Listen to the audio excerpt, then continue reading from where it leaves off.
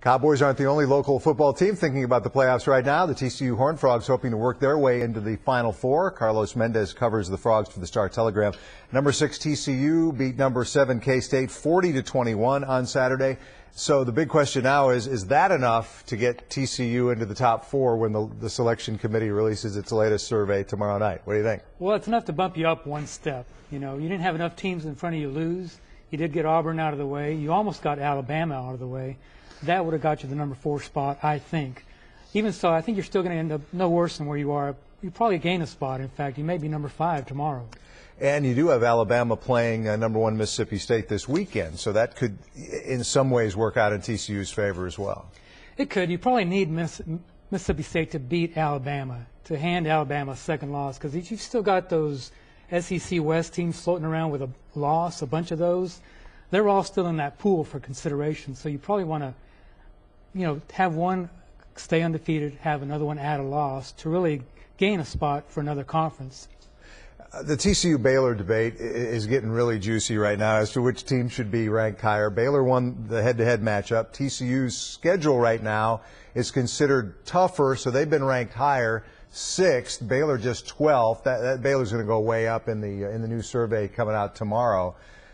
Now, what do you think? Where's that going to go? You could argue that with the remaining games, Baylor's schedule gets tougher than TCU. But say they both win out, who ends up having the better chance to be in the Final Four?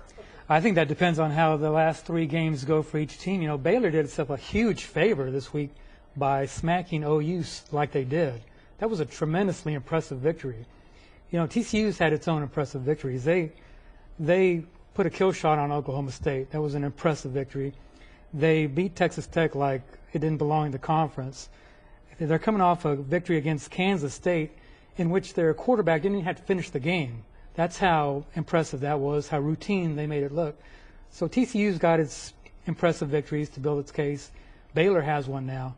And Baylor has more chances against more quality opponents down the road. They do. Baylor has Oklahoma, Oklahoma State, and Texas Tech. The Horned Frogs have Kansas, UT, and Iowa State remaining. Let's talk about that quarterback, Trayvon Boykin. 2,700 yards passing, 23 touchdowns, 4 picks, 546 on the ground with 7 more TDs. Is he a legitimate Heisman candidate anywhere outside of Fort Worth?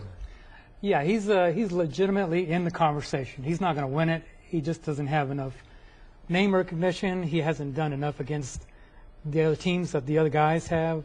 They're more in the national consciousness. But he's still got a little bit of a chance because he's still got games to play.